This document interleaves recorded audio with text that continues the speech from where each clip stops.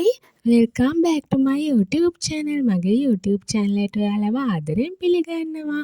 අද මම ආවා රත්මලාන Air Force Museum එක බලන්න.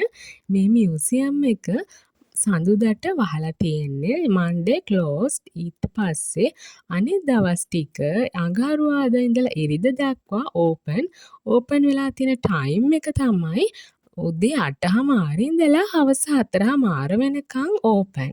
ඊට පස්සේ මේකේ එන්ට්‍රන්ස් එකේ ටිකට් එක ගන්නවා. ටිකට් එක රුපියල් 200යි වෙන්නේ. ඉතින් මේ ඒගොල්ලෝ යන පාත් එක වෙනමම හදලා තියෙනවා. ඉතින් ඒ පාත් එකේ යන්නයි අපිට තියෙන්නේ. ඉතින් මේ මියුසියම් එකේ ලංකා ගුවන් හමුදාව විවිධ කාලවකවානු වල භාවිතා කර පැරණි ගුවන් යානා හෙලිකොප්ටර් ප්‍රදර්ශනයට තියලා තියෙනවා. මේ තියෙන යාක්‍රාෆ්ට් එකත් ඒ වගේ ගොඩක් පැරණි එකක්.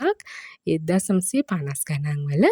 ඉතින් මේ මියුසියම් එක හිටපු ගුවන් හමුදාපති එයා චීෆ් මාර්ෂල් හැරි ගුණතිලක මහතාගේ සංකල්පයකට අනුව තමයි මේ මියුසියම් එක හදලා තියෙන්නේ. මේ මියුසියම් එකේ ගුවන් හමුදාවේදී භාවිතා කරපු පැරණි ගුවන් යානා වාහන නිල ඇඳුම් වෙනත් උපකරණ ආදී දැකවලා ගන්න පුළුවන්. මෙන්න මේ එයාක්‍රාෆ්ට් එක තමයි 1950 ගණන් වල බ්‍රිතාන්‍යයෙන් නිපදවන ලද එයාක්‍රාෆ්ට් එකක්. ඉතින් මේ ගාඩන් එක එහෙම ලස්සනට හදලා තියෙනවා. ඉතින් ලංකා ගුවන් හමුදාවේ ඉතිහාසය දැනගන්න දැනට නිර්මාණය වෙලා තියෙන එකම මියුසියම් එක තමයි මේක. ඉතින් මිග් යානා හෙලිකොප්ටර් අවි ආයුධ ගුවන් යානයේ මෙහෙයුම් පද්ධතිය එන්ජින් මාර්ග වගේ ගොඩක් දේවල් බලා ගන්න පුළුවන්. ඉතින් මම මේ ක්‍රාෆ්ට් එක බලාගෙන එන ගමන් ඉන්නේ. ඇත්තටම මේවා මෙතන හැම එයාක්‍රාෆ්ට් එකක් ළඟම ඩිස්ක්‍රිප්ෂන් බොක්ස් එකක් වගේ එකක් වෙනමම තියෙනවා. ඒකේ භාෂා තුනෙන්ම සිංහල ඉංග්‍රීසි ටැමිල් තුනෙන්ම වෙනම ඩිස්ක්‍රිප්ෂන් දාලා තියෙන ඕන එක්කෙනෙක්ට ඇවිල්ලා කියවලා අවබෝධයක් අරගන්න පුළුවන් පොඩි ළමයින්ට උනත්. ඉතින් මම දැන් ඉස්සරහට යන ගමන් ඉන්නේ. දැන් වෙලාව ඇත්තටම උදේ 10ට විතර ඇති. ඉතින් මම මේ එතන එයාක්‍රාෆ්ට් ළඟ ෆොටෝස් ගත්තා. ඉතින් ෆොටෝස් අරගෙනම ඉස්සරහට යන්නයි හදන්නේ. ඉතින් අපි තව ඉස්සරහට ගිහින් බලමු අපිට තව මොනවද බලන්න තියෙන්නේ කියලා. ගොඩක් එයාක්‍රාෆ්ට් තියෙනවා ඇතුළට වෙන්න බලන්න. ඉතින් පැරණි ඒවා ඉඳලා නවීනතම ඒවා දක්වා සෑහෙන ලොකු පරාසයක ඒවා තියෙනවා. ඉතින් ලොකු බිම් ප්‍රමාණයක තමයි මේ මියුසියම් එක තියෙන්නේ. ඉතින් දැන් ගිහිල්ලා බලමු අපි තව මොනවද අපිට බලන්න තියෙන්නේ කියලා. ඉතින් අද ක්‍රවුඩ් එක නම් ටිකක් අඩුයි. මං ඒ වුණාට ඉතින් ඉක්මනට බලන්න ඕනේ ටික බලන්න යන්නයි හදන්නේ. ඉතින් මෙතෙන්ට නම් මං හිතන්නේ මේක ඇතුළට ගිහිල්ලා බලන්න පුළුවන්. ගිහින් බලන්නයි මේ මෙතන යානේ ඩග්ලස් DC3 යානය. මම දැන් ඉන්නේ ඩග්ලස් DC3 යානේ ළඟ. මේක පැසෙන්ජර් ඇන්ඩ් කාගෝ ට්‍රාන්ස්පෝර්ට් කියලා තමයි තියෙන්නේ. එයාක්‍රාෆ්ට් එක ඇතුළට ගිහින් බලන්න පුළුවන් කියලා තියෙනවා. අපි ගිහින් බලමු. ඇතුළට ගියාම ගුවන් යානයේ නියම කොටිය, එතකොට කන්ට්‍රෝල් වීල් එක, ඒ වගේම ඇනලොග් මීටර් ස්විච් පැහැදිලිව බලා ගන්න පුළුවන්. කැබින් එක මේ විදිහට ලස්සනට තියෙනවා. මේ යානේ 1975 1986 වර්ෂයේදී වෙනකම් භාවිත කරලා තියෙනවා. ඒ කියන්නේ period of service එක 75 86 වෙනකම්.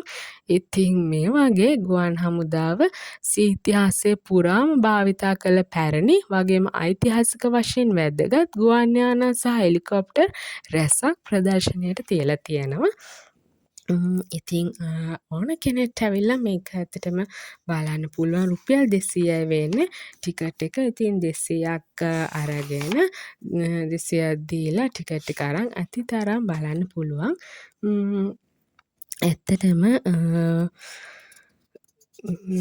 ඉතින් මේ ගුවන් යානා ගත්තොත් එහෙම මේවා මුල් කාලීන සහ පුහුණු ගුවන් යානා කියලා වෙනමම වෙන් කරලා තියෙනවා. ඒ කියන්නේ ලංකා රාජකීය ගුවන් හමුදාව ආරම්භක අවධියේදී නියමුවන් පුහුණු කිරීමට භාවිතා කළ පැරණි ද්විතට ගුවන් යානා වෙනම තියෙනවා. 1950 1960 දශකවල ලංකාවේ මුල්ම ගුවන් නියමුවන් පිරිස පුහුණු ලැබූ පුහුණු ගුවන් යානා තියෙනවා. එතකොට ගුවන් හමුදාවේ ප්‍රහාරක හා උසස් පුහුණු කටයුතු සඳහා භාවිතා කළ යානා වර්ග වෙනම ප්‍රදර්ශනයට වෙන් කරලා තියෙනවා.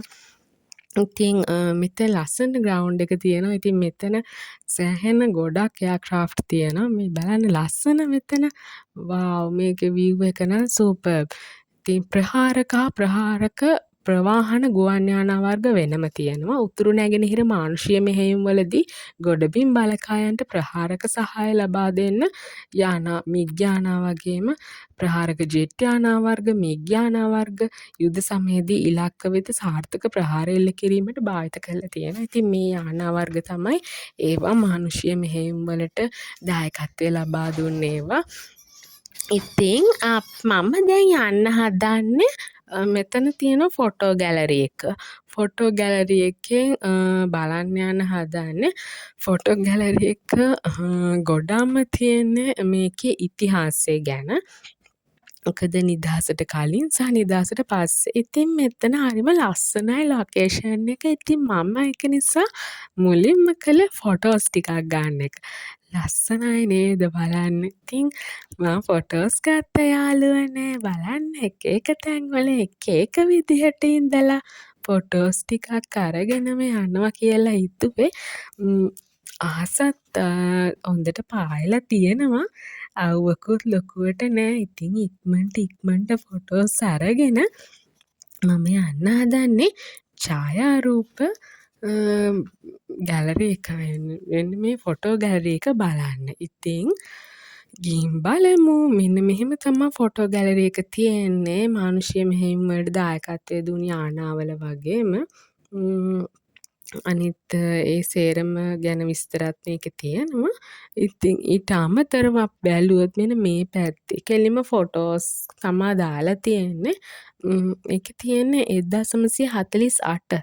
ඒ කියන්නේ නිදහස ලැබෙන්න කලින් කොහොමද එයාෆෝස් එකේ කියන්නේ ගුවන් හමුදාවේ ඉතිහාසය කොහොමද තිබ්බේ. ඊට පස්සේ 1948 නිදහස ලැබුවට පස්සේ කොහොමද ගුවන් හමුදාවේ විකාශනය. ඊට පස්සේ 1951 දින පිහිටෙව්වේ ලංකා රාජකීය ගුවන් හමුදාව.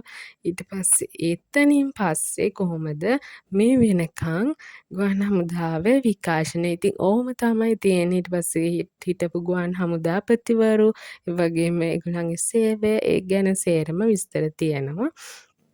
ඊට අමතරව ලංකාවට ආපු ප්‍රභූන් සම්බන්ධව විස්තරත් මේකේ තියෙනවා. ඊට පස්සේ තව 1954 දී මෙතෙන්ට ලංකාවට ආවා ක්වීන් එලිසබෙත්. එතකොට ක්වීන් එලිසබෙත් රැජින ගැන මේකේ තියෙනවා. ඉතින් ගොඩාක් විස්තර තියෙනවා රාජනායකයින් ගැන. එතකොට ලෝකෙ රාජනායකයින් එහෙම සම්බන්ධ වෙච්ච ඒවා. එතකොට ලංකාවේ ඉස්සර හිටපු රාජනායකයින් සම්බන්ධ වෙච්ච ඒවා ගොඩක් තියෙනවා. ඉතින් කෙනෙක්ට ඇවිල්ලා අවබෝධයක් ගන්න පුළුවන් ඇත්තටම මෙතනින්.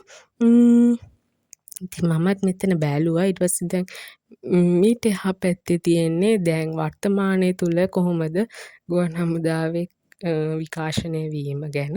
ඉතින් මේ ටිකේ මම ඔක්කොම ෆොටෝස් ටික බලලා මේ තියෙන්නේ ක්වීන් එලිසබෙත් ලංකාවට ආපු කාලේ මම හිතන්නේ 1951 වෙන්න ඕනි. 51 54 වෙන්න ඕනි. ඉතින් ක්වීන් එලිසබෙත් ලංකාවට ආපු කාලේ ඒ ෆොටෝ එක ලස්සනයි ඇති. ඉතින් මෙහෙම ෆොටෝස් ටික බලාගෙන යන්න පුළුවන්. ඊට පස්සේ මං හිතන්නේ තව තියෙනවා වෙනම ගැලරි එකක්. ඒකේ තියෙන්නේ මං හිතන්නේ කියන්නේ මානුෂීය මෙහෙයුම් වලදී දීපිදු රණවිරුවන්ගේ විස්තර ඇතුළත් මේක වෙනමම තියෙනවා. ඊට පස්සේ මෙතන වෙනමම එයාක්‍රාෆ්ට් එකක් තියෙනවා. ඊට පස්සේ මේක ඇතුලේ තමයි තියෙන්නේ දිවිපිදු රණවිරුවන්ගේ විස්තර ඒ තොරතුරු ඇතුළත් විස්තර ඒ ටික. ඉතින් මේක ඇත්තටම ඇවිල්ලා ගොඩක් අවබෝධයක් ගන්න පුළුවන්. ඉතින් ඕන කෙනෙක්ට පොඩි ළමයෙක්ට උනත් ඉතින් මම මේ ටික බලලා ඉක්මනට යන්න කියලා බැලුවේ.